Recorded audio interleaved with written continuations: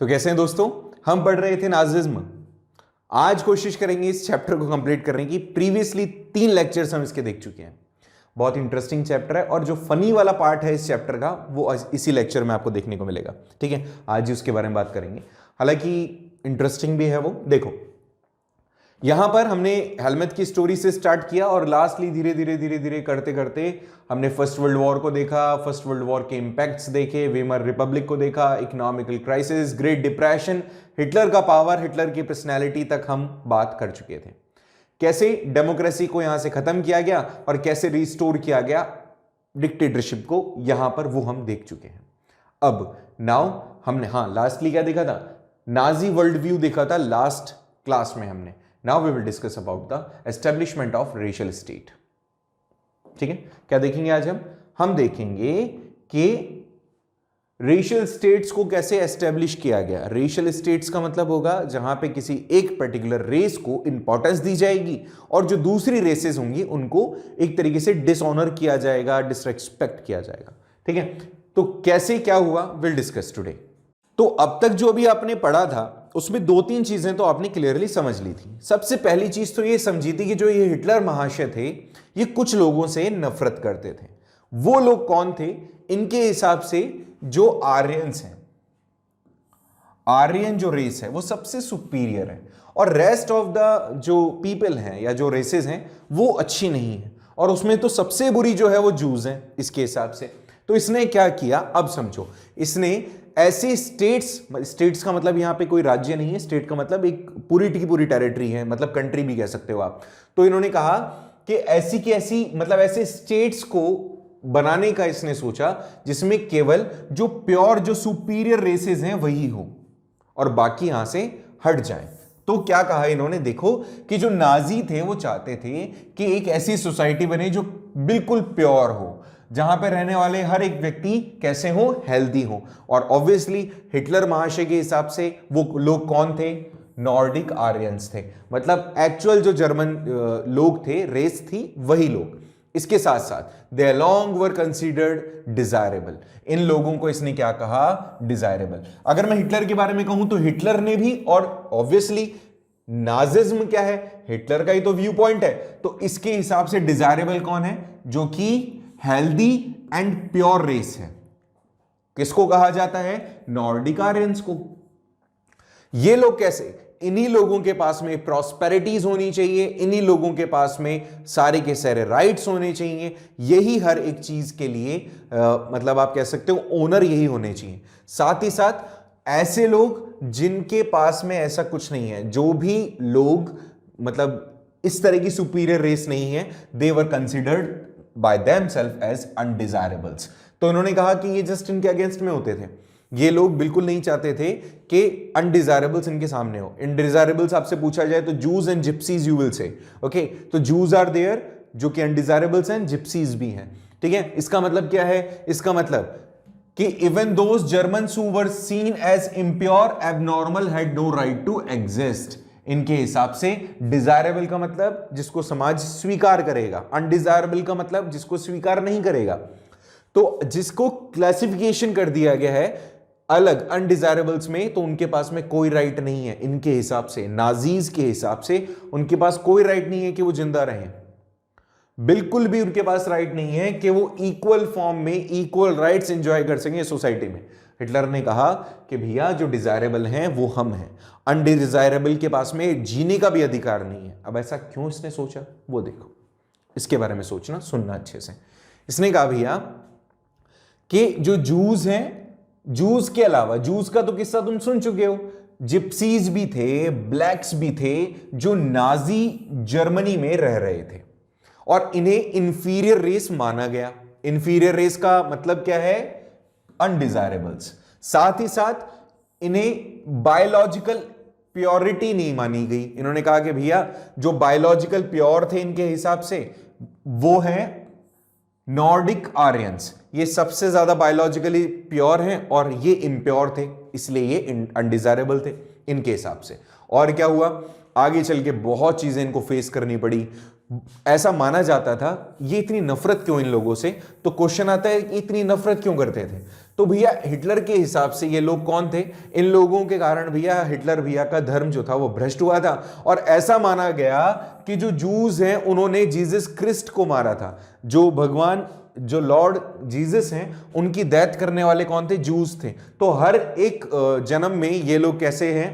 बिल्कुल भी अच्छे नहीं है, नफरत के ही काबिल है, ऐसा मानते थे नाजीज। ठीक है, तो ऐसे में इन्होंने कहा कि ये वो लोग थे जिन्होंने जूस को मारा। अगर मैं मेडिवल टाइम की बात करूं तो मेडिवल टाइम तक जो जूस थे उन लोगों को जमीन खरीदने तक का राइट नहीं दिया गया था। ठीक है, मतलब ऐसा नहीं कि आज से ही इन लोगों के साथ में नफरत की जा रही थी, ऐसा नहीं था। एंशिएंट टाइम में तो बता दिया हमने कि जीसस क्रिस्ट का किलर किसको माना गया? इन्हीं को माना गया। फिर मेडाइवल टाइम तक इनको जमीन तक नहीं खरीदने दिया गया। इसके अलावा ये जो लोग थे ना, इन लोगों का सर्वाइवल कैसे हुआ? फिर ये या तो ट्रेड करते थे या फिर मनी लैंडिंग का काम करते थे, इस कारण से इनका सर्वाइवल हो पाया। इसके अलावा इनको मजबूर किया जाता था कि ये सेपरेट एरियाज में रहे, जिसको क्या कहा गया है? जिटोस। ठीक है, क्या कहा गया है? जिटोस। जिटोस क्या है? वो एरियाज जहां पर ये लोग रह रहे थे मेनली। इसके अलावा अगर हम इसको पीरियडिकली देखा जाए तो इनके साथ हमेशा से वायलेंस होती रही है, कभी थोड़े टाइम रुक जाती थी, फिर उसके बाद फिर हो जाती थी। ऐसे में इनके पास में से कभी भी मतलब हर तरीके से इनको हेट किया गया, इनको जमीनें इनकी छीन ली गई, जो भी जगह थी, जितना भी इनको रेस्पेक्ट सोसाइटी में था वो सारा छीन लिया गया। स्पेशली हिटलर के टाइम पर भी इनको एक तरीके से, जैसे मैंने ऊपर बताया, देवर अनडिजायरेबल्स। तो ऐसे में इनके साथ में हमेशा से ही डिस्क्रिमिनेशन होता रहा। स्पेशली हिटलर के टाइम में आते आते तो इनकी जो प्रॉब्लम्स थी और ज्यादा बढ़ गई। ये प्रॉब्लम्स कभी सॉल्व नहीं हो पाई पूरे तरीके से। 1933 से 38 के बीच में जब नाजिज्म ने पूरी तरीके से ऑक्यूपाई कर लिया था पूरे के पूरे जर्मनी को, तो इनके साथ तो भैया बहुत ही बुरा हुआ। इवन इनको अपनी कंट्री छोड़ करके जाना पड़ा, और जो लोग यहाँ पे एग्जिस्ट कर रहे थे उन लोगों के साथ में एक मिसबिहेव होता था, इवन उनको तो मार दिया जाता था। आपने सुना होगा ना कि हिटलर बहुत क्रूर था, हिटलर बहुत मिसबिहेव करता था लोगों के साथ, जिंदा मार देता था, गैस चैम्बर्स में डाल देता था, बम से उड़ा देता था। ये लोग कौन थे? वो अनडिजायरेबल्स थे, जिनमें से जूज हैं, जिप्सीज हैं, वो सारे लोग। ठीक है, तो ये वाला टाइम ड्यूरेशन था जब इन्होंने सबसे ज्यादा सेटबैक्स देखे। इसके अलावा 1939 से लेकर 45 के बीच में वर्ल्ड वॉर 2 चला। जब वर्ल्ड वॉर चल रहा था तो ऐसे में एम किया गया था कि इस टाइम ड्यूरेशन में मैक्सिमम जो लोग हैं, जो लोग अनडिजायरेबल्स हैं, स्पेशली उन एरियाज से जो आकर के जर्मनी बसे थे, पहले तो उन लोगों को और उसके बाद उन लोगों को जो दूसरी कंट्रीज के आसपास, जर्मन कंट्रीज के आसपास हैं, उसमें से भी उन लोगों को मार दिया जाएगा। जैसे पोलैंड से गैस चैम्बर में डाल दिया जाता, एक साथ भर देते थे चैम्बर के अंदर, और फिर उसमें से जो जहरीली पॉइजनस गैसेस होती थी उसको रिलीज कर देते थे। ऐसे से क्या होता था? वो सारे लोग मर जाते थे। तो इतना ज्यादा क्रूएलिटी। अब देखो, अगर मैं इसको समझाऊं थोड़ा सा, तो तुम ऑलरेडी इसके बारे में जानते हो कि जब हिटलर के पास में पावर आया, तो पावर आने के बाद में हिटलर ने क्या किया? हिटलर ने अपने आसपास की जो कंट्रीज थी उनको जीतना चाहा, क्योंकि इसके पहले तक जर्मनी से टेरिटरी छीनी गई थी। Now he has the power. ऐसे में इसने अपनी पावर को यूज करते हुए जो बाकी टेरिटरीज थी उनको क्या किया? हिटलर ने उन टेरिटरीज को एक साथ लेने की और जीतने की कोशिश की। उसमें एक तरीके से जीत भी गया। इसने जो पॉलिश लोग हैं, जो पोलैंड जो था, इसने ऑक्यूपाई कर लिया। Occupied Poland was divided much by north और नॉर्दर्न वेस्टर्न पोलैंड, जो कि जर्मन एरियाज के पास था। इसमें से जो पॉलिश लोग थे उन्हें फोर्स किया गया कि वो अपने घरों को छोड़ दें, अपनी प्रॉपर्टी को छोड़ दें, और जर्मन्स ने उन प्रॉपर्टीज को ऑक्यूपाई कर लिया। धीरे धीरे फिर पूरे, आप कह सकते हो, पूरी की पूरे जो पोलैंड था उस पे भाई साहब का राज होने वाला था। जो पॉलिश लोग थे उनको, यहां सुनना, the Polish were then heard like the in the other part called the general government, the distinctions of all undesirable of the empire। इस चीज को अच्छे समझें। देखो क्या कह रहा है, इसको समझो। अब जो ये पोल्स थे या फिर ये जो पॉलिश लोग थे, अब इनके साथ क्या होता था? इन लोगों को पहले तो जहां पर जर्मनी ने कब्जा कर लिया था वो सारी की सारी टेरिटरीज भाई साहब के अंडर में आ गई थी। लेकिन कुछ लोग ऐसे भी तो थे जो एक्चुअल में पोलैंड से रिलेट करते थे, जो पोल्स थे या पॉलिश थे। तो ऐसे में वो लोग कहां रहते थे? वो एक छोटी सी जगह में रहते थे, जिस पार्ट को जनरल गवर्नमेंट कहा जाता था, एक जनरल पार्ट कहा जाता था। यहां पर ये सारे वो लोग, ये डेस्टिनेशन बन गया था उन सभी अनडिजायरेबल्स के लिए जो कि एक्चुअल जर्मन नहीं थे, नॉर्डिक जर्मन्स नहीं थे, उनके लिए क्या बन गया था, एक तरीके का डेस्टिनेशन बन गया था। जितने भी members of the polish intelligentsia were murder in a large number, जो एक्चुअल में जितने भी पॉलिश थे, जो कि इंटेलेक्चुअल्स थे, उनको मारा जा रहा था। जो छोटे बच्चे होते थे, जो लगते थे कि ये आर्यंस हैं, मतलब कहीं ना कहीं जर्मनी के जैसे लगते थे, जर्मन पीपल के जैसे लगते थे, उन बच्चों को एक्सपर्ट्स को सौंप दिया जाता था। ये रेस एक्सपर्ट क्या करते थे, ये पता लगाते थे कि भैया इनके फादर और मदर में से क्या कोई आर्यन है, आर्यन मतलब क्या कोई जर्मनी से रिलेट करता है, तो पहले एग्जामिन करते थे। एग्जामिन में वो पास हो जाता था तब तो ठीक है, अगर ऐसा नहीं होता था तो उसको क्या कर दिया जाता था, मार दिया जाता था, ठीक है, गैस चैम्बर में। ऐसे में मैक्सिमम जो जिटोज हैं या फिर जो गैस चैम्बर्स थे, इन सब के साथ साथ जो जनरल गवर्नमेंट जो थी, ये भी क्या बन गई थी, जूस को मारने का एक फील्ड बन गई थी। मतलब यहां पर मैक्सिमम लोगों को मार दिया जाता था। एक वो जगह बन गई है जहां पे मैक्सिमम अनडिजायरेबल्स रह रहे हैं, तो अगर कुछ ऐसा काम करना है कि उन लोगों को खत्म करना है तो उस एरिया में तो जाके करेंगे। तो ऐसा यहां पर हो रहा था। और क्या हुआ देखो, अब हमारा जो नेक्स्ट टॉपिक आएगा that would be youth in Nazi Germany. यहां पर बच्चे, यूथ कैसे, यूथ क्या होता है पहले तो ये समझो। बच्चे तो होते हैं आप टीनेजर्स, ठीक है, उसके बाद में अगर अपन देखेंगे, जब से टीन खत्म हो जाता है, 19 के बाद वाला टाइम, 20 से लेकर के 35 ईयर तक का जो पर्सन होता है उसको यूथ में कंसिडर किया जाता है। उनके साथ में क्या सिचुएशंस थी, देखिए, पहली चीज तो जब पूरा का पूरा नाजी जर्मनी में जो यूथ था उसके ऊपर फोकस किया गया कि भैया पहले तो इन जितने भी लोग हैं उन सभी को थोड़ा सा प्योरीफाई किया जाए। जैसे मैंने अभी आपको बताया कि जो अनडिजायरेबल्स हैं उनको अलग कर दिया गया, तो ऐसे ही यहां पर भी किया गया। स्कूल को भी क्लीन किया गया, प्योरीफाई किया गया। Teachers who were the Jews और the seen as the politically undesirable, इनको डिसमिस कर दिया गया। चिल्ड्रंस को मतलब पहले बैठाया जाता था जो कि जर्मन्स थे, उसके बाद जो जूस थे उनको बहुत पीछे, इवन साथ में भी ना खेल सकते थे ना पढ़ सकते थे। इसके अलावा अनडिजायरेबल जो चिल्ड्रंस थे, जो जूस के थे, उनको मतलब ये मान के चलते थे physically handicapped gypsies were thrown out from the school. Juice और जिप्सीज, अगर कोई बच्चा अपंग है या फिर फिजिकली वीक है तो उन लोगों को स्कूल से निकाल देते थे। और जो लोग अनडिजायरेबल चाइल्ड है, अगर वो है भी तो उसको बहुत अलग बैठाया जाता था। 1940 में gas chambers, they were taken to the gas chambers 2, और इनको गैस चैम्बर में भी ले जाया गया और वहां पे मार दिया गया।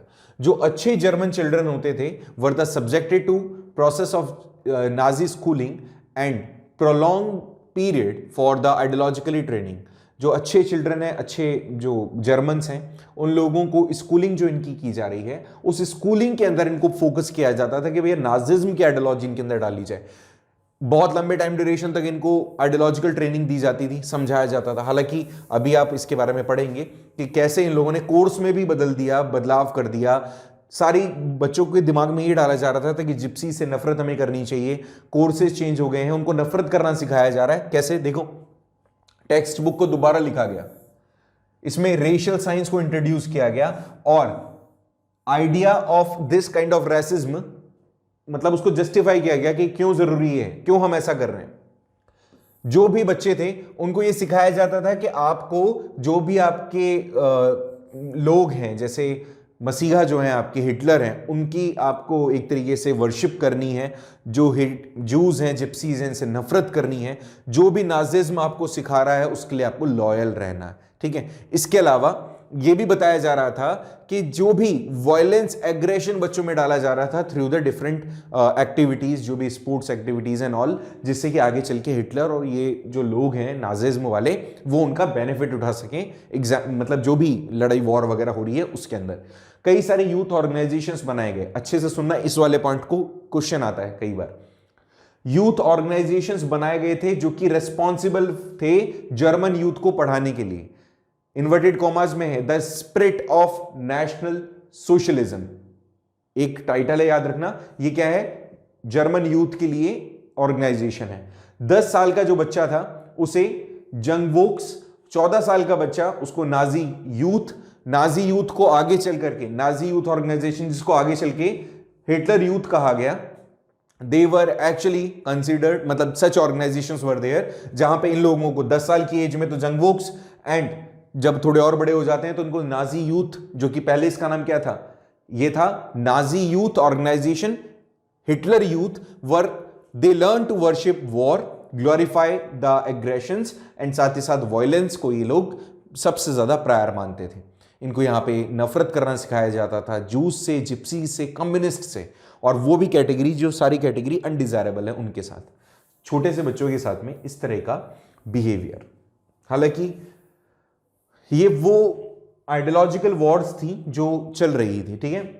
एक अगर कोई पर्सन है जो कि बिल्कुल भी ये नहीं चाहता कि उसके नेशन में ऐसे लोग रहें जो कि वीक हों, आपको पता है बहुत इंटरेस्टिंग है, हिटलर को अगर कोई ऐसा कमजोर व्यक्ति दिखता था ना तो उसको तुरंत मार देता था, कमजोर किसी भी तरीके से, हालांकि वो खुद भी इतने हट्टे कट्टे नहीं थे बट मार देता था, ठीक है, वो रखना ही नहीं चाहता था इस तरह से।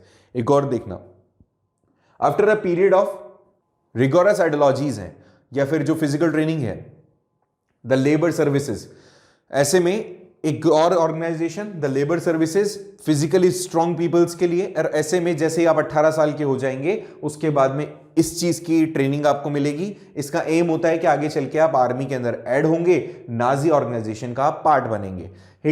जो यूथ लीग थी, जो नाजिज्म का एक प्रोपेगेंडा था, यूथ लीग, जिसके अंदर जो नाजीज थे, मतलब उनको देखा गया 1922 में, 4 year later it was renamed as Hitler youth. ये वही वाला है जो मैंने आपको बताया, चाहे यूथ आप इसको आगे चल करके चाहे यूथ ऑर्गेनाइजेशन कह दो, यंग यूथ लीग कह दो, या फिर हिटलर यूथ कह दो, एक ही बात है। इन सब का मेन इंटेंशन था कि 14 साल के बाद में बच्चों को आर्मी की ट्रेनिंग दी जाए, जिससे कि जब हमें उनकी जरूरत पड़े तो हम उनको यूज कर सकें, ठीक है। तो ये सारी चीजें थी, आपने समझ ली होगी मेरे हिसाब से।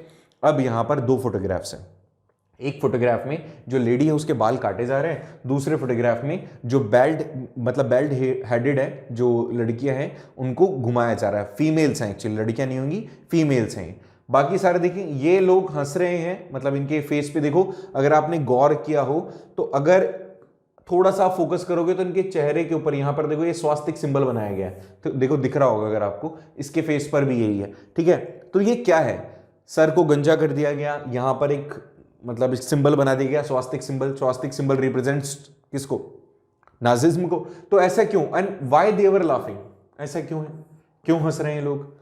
ये है हमारा नेक्स्ट टॉपिक जिसका नाम है motherhood, the cult of motherhood. इस टाइम पर अभी तक हमने जो देखा वो बच्चों के लिए देखा, इसके अलावा जो कॉमन पीपल थे उनके लिए देखा, स्टूडेंट्स के लिए देखा, डिजायरेबल्स एंड डिजायरेबल्स के बारे में समझा। अब यहां पर जो फीमेल्स थी उनका क्या रोल था, महिलाओं का यहां पर क्या पार्टिसिपेशन था फीमेल्स का, एक स्पेशली मैं कहूं तो मदर का, यहां पे कोई भी मदर का पार्टिसिपेशन क्या था, we will discuss in that. देखिए, जब जो मदर है उसे यहां पे इस तरीके से ट्रेन किया जा रहा था कि जो भी बॉयज होंगे बचपन से ही बॉयज को सिखाया जाए और गर्ल्स को सिखाया जाए अपना अपना सेगमेंट। जैसे बॉयज को तो बचपन से सिखाया जा रहा था एग्रेशंस, कि वो एग्रेसिव रहे, हमेशा अपने फिजिकल स्ट्रांगनेस के लिए काम करे और कभी भी सॉफ्ट हार्टेड ना रहे, ठीक है, हमेशा कठोर रहे, निर्दयी रहे, क्रूर रहे। जबकि गर्ल्स को सिखाया जाता था कि वो आगे चल के एक अच्छी मां बने, ठीक है, जिससे कि, और शादी किससे करे, वो जो भी आर्यंस हैं, मतलब जो नॉर्डिक आर्यंस हैं, जो एक्चुअल जर्मन्स हैं, उनसे शादी करे। वो क्या सिखाया जा रहा है बच्चों को, बॉयज को सिखाया जा रहा है एग्रेसिव रहो, पावरफुल रहो, इमोशनल मत हो, और गर्ल्स को सिखाया जा रहा है कि भैया अच्छी मां बनो। कैसे अच्छी मां बनोगे, कि भैया तुम शादी करो जो रेयर और प्योर रेस है उससे, जो आर्यंस हैं उनसे शादी करो, और जितना हो सके उतना दूर रहो किनसे, जो इम्प्योर या अनडिजायरेबल्स हैं, ठीक है।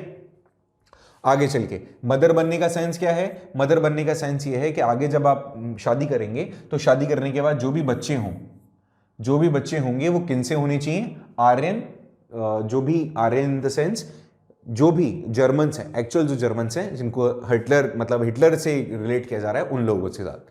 यहां पर और क्या कहा गया कि जो नाजी जर्मनी था, नाजी जर्मनी के अंदर जितनी भी मदर थी इनको इक्वली ट्रीट नहीं किया जाता था, ठीक है। यहां पर विमेन जो कि अनडिजायरेबल कैटेगरी से आती थी उनको पनिश किया जाता था, और साथ ही साथ जो भी डिजायरेबल्स थे उनको अवॉर्ड किया जाता था।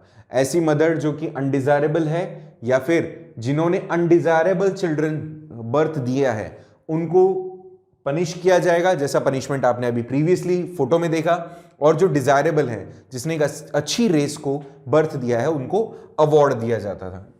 अवार्ड देना, सोचो अब इंटरेस्टिंग क्या है, एक फनी सा किस्सा होगा, नीचे सुनना। देखिए यहां पे बहुत ही फेवरेट, बहुत ही फेवर्ड, मतलब आप ऐसे समझे जब कभी भी कोई भी ऐसा डिजायरेबल बच्चा पैदा होता था तो उसकी मदर जो होती थी ना, उनको हॉस्पिटल में एक मतलब काफी ज्यादा अच्छा ट्रीटमेंट मिलता था। इवन कई बार तो कंसेशंस भी मिल जाता था। कंसेशंस का मतलब छूट मिल जाती थी टोटल बिल में। इवन शॉप वगैरह पे लाइफ लॉन्ग, पिक्चर के अंदर अगर आप पिक्चर देखने जा रहे हैं, टिकट खरीद रहे हैं, उसके अंदर भी, रेलवे के अंदर भी, अगर आपने एक डिजायरेबल बच्चे को जन्म दिया है तो किसके टाइम पर हो रहा था ये सब कुछ?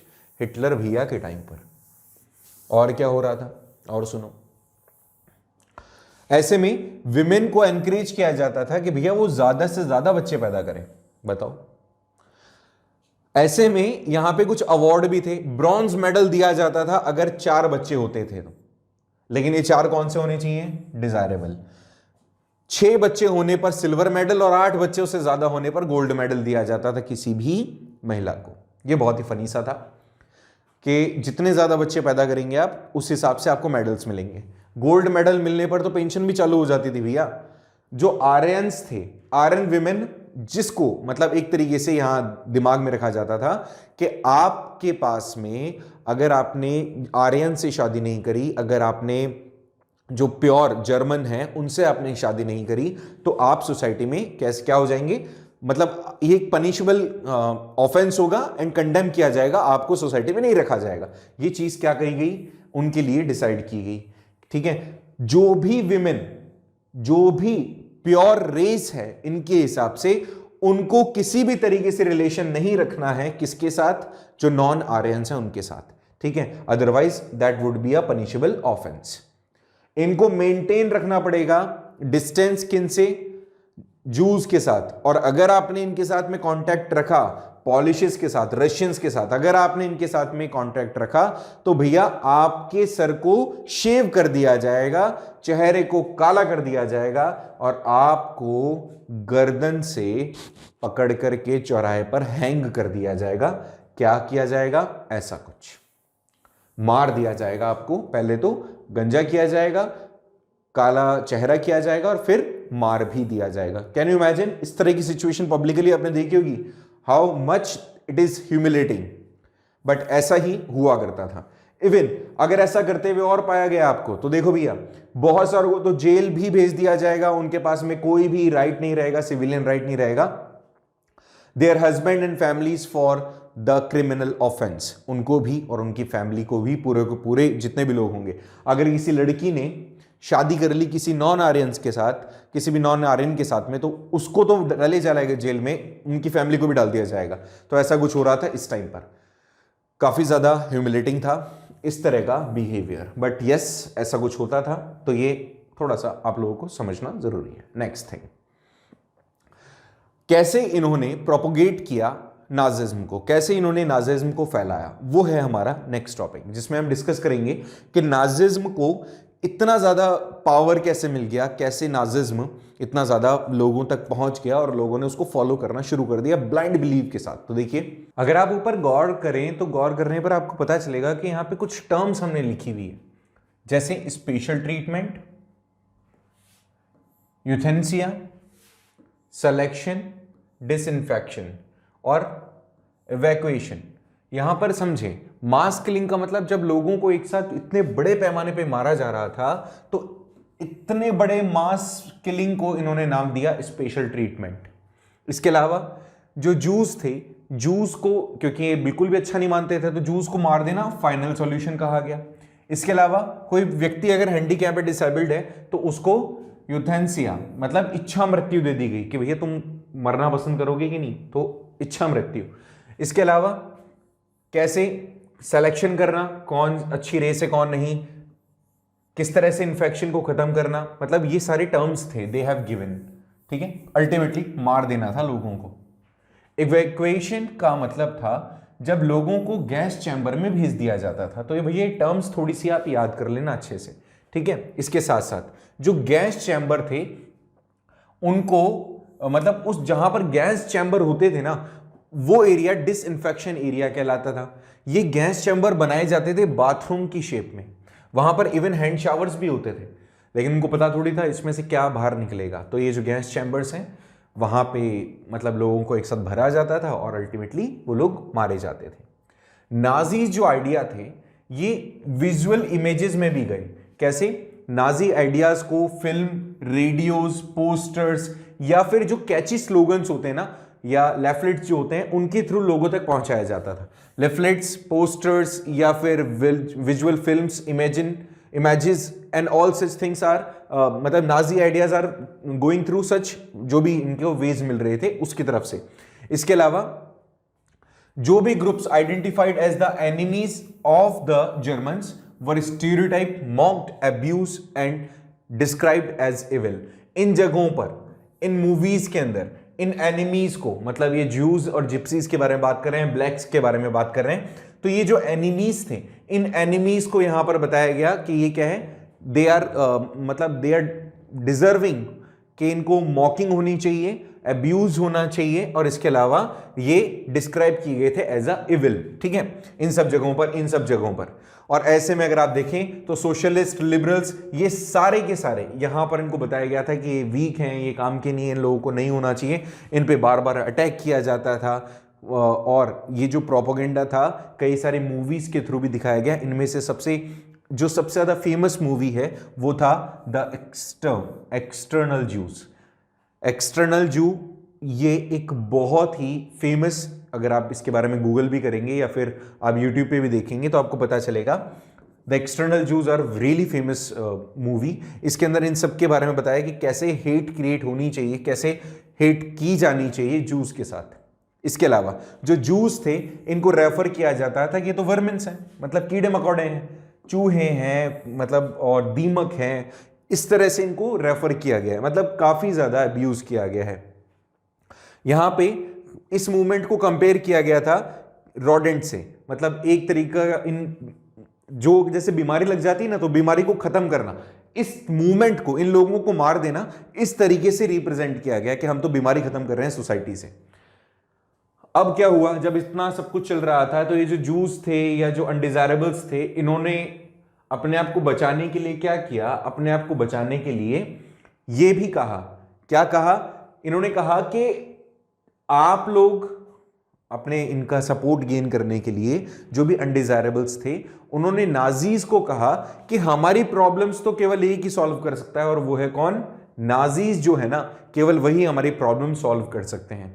ऐसा भी उनका सपोर्ट गेन करने के लिए इस तरह के स्टेटमेंट्स भी इन्होंने दिए, बट काम नहीं चला। ठीक है, तो ये एक तरीके का यहां पे प्रोपेगेंडा था कि लोगों को जूस के अगेंस्ट भड़काने के लिए दे हैव यूज्ड, जो जो ये कर सकते थे उन सभी तरीकों को, दीज वर द टर्म्स।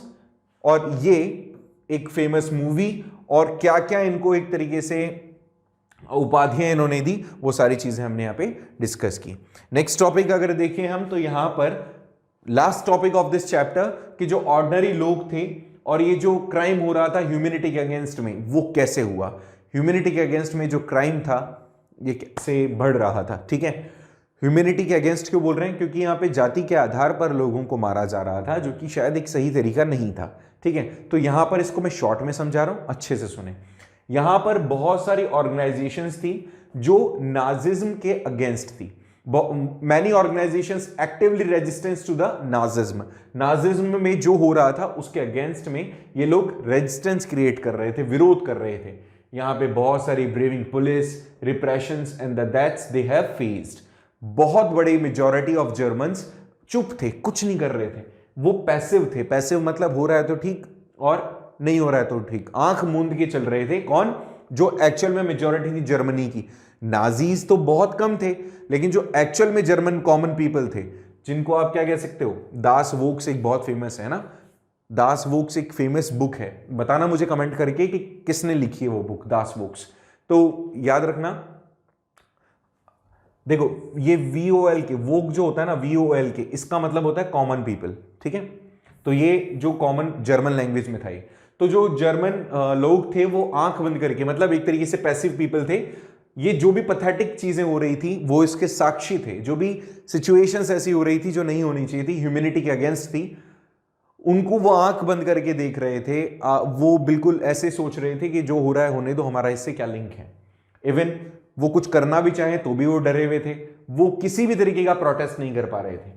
ऐसे में एक पर्सन है, एक फादर थे चर्च में, न्यूमोलर एक फादर थे जिन्होंने रेजिस्टेंस क्रिएट किया। उन्होंने ऑब्जर्व किया एन एब्सेंस ऑफ प्रोटेस्ट, माने उनको पता लग गया कि लोग इसके साथ नहीं देंगे, इसके अगेंस्ट में होंगे। यहां पर इन्होंने इस टर्म को जर्मन्स के बीच में, ये जो लोग जो पैसिव रेजिस्टेंस कर रहे हैं, ठीक है, इन्होंने क्या किया, इन्होंने इस टर्म को नाम दिया अनकैनी साइलेंस। ऑर्डिनरी लोगों के बीच में अनकैनी साइलेंस देखा इन्होंने, मतलब इन्होंने देखा कि लोग तो प्रोटेस्ट कर नहीं रहे, तो ये टर्म उन्होंने यहां पर दिया। तो अगर आपसे पूछा जाए तो आपको ये पेस्टोर न्यूमोलर जो व्यक्ति हैं उनके थ्रू ये जो भी टर्म्स दिया गया है वो हो सकता है आपको लिखना पड़े। इसके अलावा जूस क्या महसूस कर रहे थे उनके साथ में जो हो रहा था नाजीज्म के टाइम पर, तो ऐसे में उन्होंने, सबकी अलग अलग स्टोरी थी, लेकिन एक पर्सन थे शार्लेट बैडिट। इन्होंने क्या किया, शार्लेट बैडिट ने एक बहुत ही गुपचुप में ये जो जूस होते थे, जिप्सीज होते, इनके पास जाते थे, इनके थॉट्स, इनके ड्रीम्स को क्या करते थे लोग, ये अपनी डायरी में लिख लेते थे, मतलब शी वॉज द लेडी, वो लिख लेते थे और उसके बाद में वो उसको बाद में उन्होंने प्रिंट करवाया। ये जो लेडी थी काफ़ी ज़्यादा करेजियस थी। इसने इस बुक का नाम क्या रखा, the third rich of dream, ठीक है, मतलब ये बुक का टाइटल था और इन्होंने इसको रखा कि कैसे इनके सपने क्या हैं जो कभी पूरे नहीं हो सकते। उसने इसके अंदर बताया कि जूस तक ये बिलीव करने लग गए थे कि भैया अब उनका कुछ नहीं हो सकता। नाजीज सपोर्टर्स, मतलब नाजीज की आइडियोलॉजी क्या है, हमारे साथ क्या होगा, वो खुद भी ये चीज बिलीव करने लग गए थे, खुद ही, मतलब कौन, जूस ही, ठीक है, ये सारी चीजें। अब यहां पर एक होलोकॉस्ट के बारे में भी है, knowledge of about the Holocaust. Holocaust क्या होती है, होलोकॉस्ट वो चीजें हैं जिसके अंदर इस चीज को मेंशन किया गया कि इन्होंने, नाजीज ने किस तरह से मिसबिहेव किया, किस तरह से चीजों को देखा, जूस के साथ में डिफरेंस क्रिएट किया, जूस के साथ में अत्याचार किया एंड ऑल। तो इन्होंने बोला कि भाई वर्ल्ड को पता चलना चाहिए, आज तुम जीत जाओ हो सकता है, बट जो ये जैसे होलोकॉस्ट जो होता है ना, उसको हिंदी में कहते हैं प्रलय। ये जो यहां पर हुआ है ना, इसके बारे में लोगों को पता चलना चाहिए कि आपने क्या किया है हमारे साथ में। तो यहां पर जो भी इंफॉर्मेशन है, नाजीज ने जो भी चीजें प्रैक्टिस की है जर्मनी के अंदर इन ईयर्स में, इस चीज को होलोकॉस्ट कहा गया। और ये लोग कौन थे, ये लोग चाहते थे कि दुनिया को पता चले कि जूस के साथ में क्या हुआ था नाजी या फिर हिटलर के टाइम ड्यूरेशन में। तो इस पूरे के पूरे ऑपरेशन, मास किलिंग ऑपरेशन को इन्होंने होलोकॉस्ट कहा, ठीक है, ये याद रहेगा, मैंने टर्म्स आपको बता दी हैं। इसके अलावा जो जीटोस थे, जीटोस क्या थे, मैंने ऑलरेडी तुम्हें बताया, जीटोस वहां पर जहां लोग ये रहते थे, ये भी एक तरीके से कहा जाता था जहां पे, मतलब आप मान के चलें वो सारे एरियाज जहां पे इनको बिल्कुल अलग करके रख दिया गया था, उन जगहों पर भी मास किलिंग हुई। It's the height a Gito inhabitant had said to another that he wanted to outlive the war just for half an hour. मतलब ये एक टर्म है, एक व्यक्ति जो जीटो में रह रहा है वो दूसरे जीटो से कहता है कि भैया मुझे सिर्फ आधे घंटे के लिए बाहर निकाल दो इन जगहों से, ये जो लड़ाई है इससे आधे घंटे के लिए बाहर निकाल दो, मैं दुनिया को बताना चाहता हूं, मैं दुनिया को बताना चाहता हूं कि वर्ल्ड में आखिर हमारे साथ में क्या हो रहा है, नाजी जर्मनी में हमारे साथ में क्या हो रहा है। तो आप इस बात का अंदाजा लगाओ कि कितने ज्यादा दे सफर्ड, क्योंकि उनके पास इतना भी मौका नहीं था कि अपनी बात वो दुनिया को बता सके। तो उन्होंने कहा केवल आधे घंटे का मौका मुझे मिले तो मैं दुनिया को बताऊं कि हमारे साथ में क्या हुआ है। इसके अलावा lot of things, lot of documents are still there. कई सारी ऐसी चीजें आज भी मौजूद हैं जिनसे आप, कई स्टोरीज हैं, कई वीडियोज हैं जिससे ये आप ये पता लगा सकते हो कि कितना ज्यादा ये पैथेटिक था जो कुछ भी यहाँ हुआ, जो भी क्राइम यहाँ हुए कितना पैथेटिक था। इस बात को भी तुम जानते होंगे, हिटलर की स्टोरीज तुमने सारी सुनी होगी, हिटलर कितना क्रूअल था, उस चीज को आप, मतलब ये सारी चीजें, हालांकि मैक्सिमम चीजें डिस्ट्रॉय कर दी गई थी बट कुछ अभी भी हैं। वॉर में क्या हुआ, उनके साथ किस तरह से मिसबिहेव किया गया, क्या क्या डॉक्यूमेंटेशन है, लोगों के कपड़े, एना फ्रैंक डायरी आपने, बहुत ही फेमस है, ये उसी टाइम ड्यूरेशन की जब वॉर चल रही थी। तो ये सारी की सारी चीजें बहुत लोगों ने अपनी बुक्स लिखी हैं, पब्लिश किया है खुद की कुछ डॉक्यूमेंट्स मिले हैं, आज भी सेव हैं, उन सब में हमें पता चला कि all such things were the actual crime against the humanity. ठीक है, सो ये एक चैप्टर जो इंपॉर्टेंट था हिस्ट्री का, इसमें से जो क्वेश्चंस बन सकते थे वो हमने मतलब समझे, मैक्सिमम टॉपिक्स हमने इसमें से क्लियर किए। इसमें कहीं आपको कोई प्रॉब्लम है तो बताइएगा मुझे, और हम कोशिश करेंगे इसके क्वेश्चन आंसर्स जब टर्म 2 आने लगेगा आपका, तो उस टाइम तक हम इसके क्वेश्चन आंसर्स आपके साथ शेयर करें, कैसे आपको आंसर लिखना है इस चैप्टर में से, कौन से इंपॉर्टेंट क्वेश्चन बन सकते हैं वो सारे। ठीक है, तो मिलते हैं नेक्स्ट वीडियो में एक नए चैप्टर के साथ में। तब तक के लिए इस चैप्टर में अगर कहीं आपको तकलीफ है तो बताइएगा मुझे। इसके नोट्स अगर आपके पास नहीं है तो नोट्स भी मतलब मांग लीजिएगा, तो I will send to you. आपको टेलीग्राम चैनल के थ्रू जो लिंक मिला हुआ है जिसमें हमारे सारे नोट्स अवेलेबल हैं, वहीं पर इसके नोट्स भी आपको मिल जाएंगे। तब तक आप इसको अच्छे से पढ़ें, कहीं प्रॉब्लम है तो पूछें। आज के लिए इतना ही, मिलते हैं नेक्स्ट क्लास में। Thank you so much with a new chapter. Bye bye, see you, have a nice day.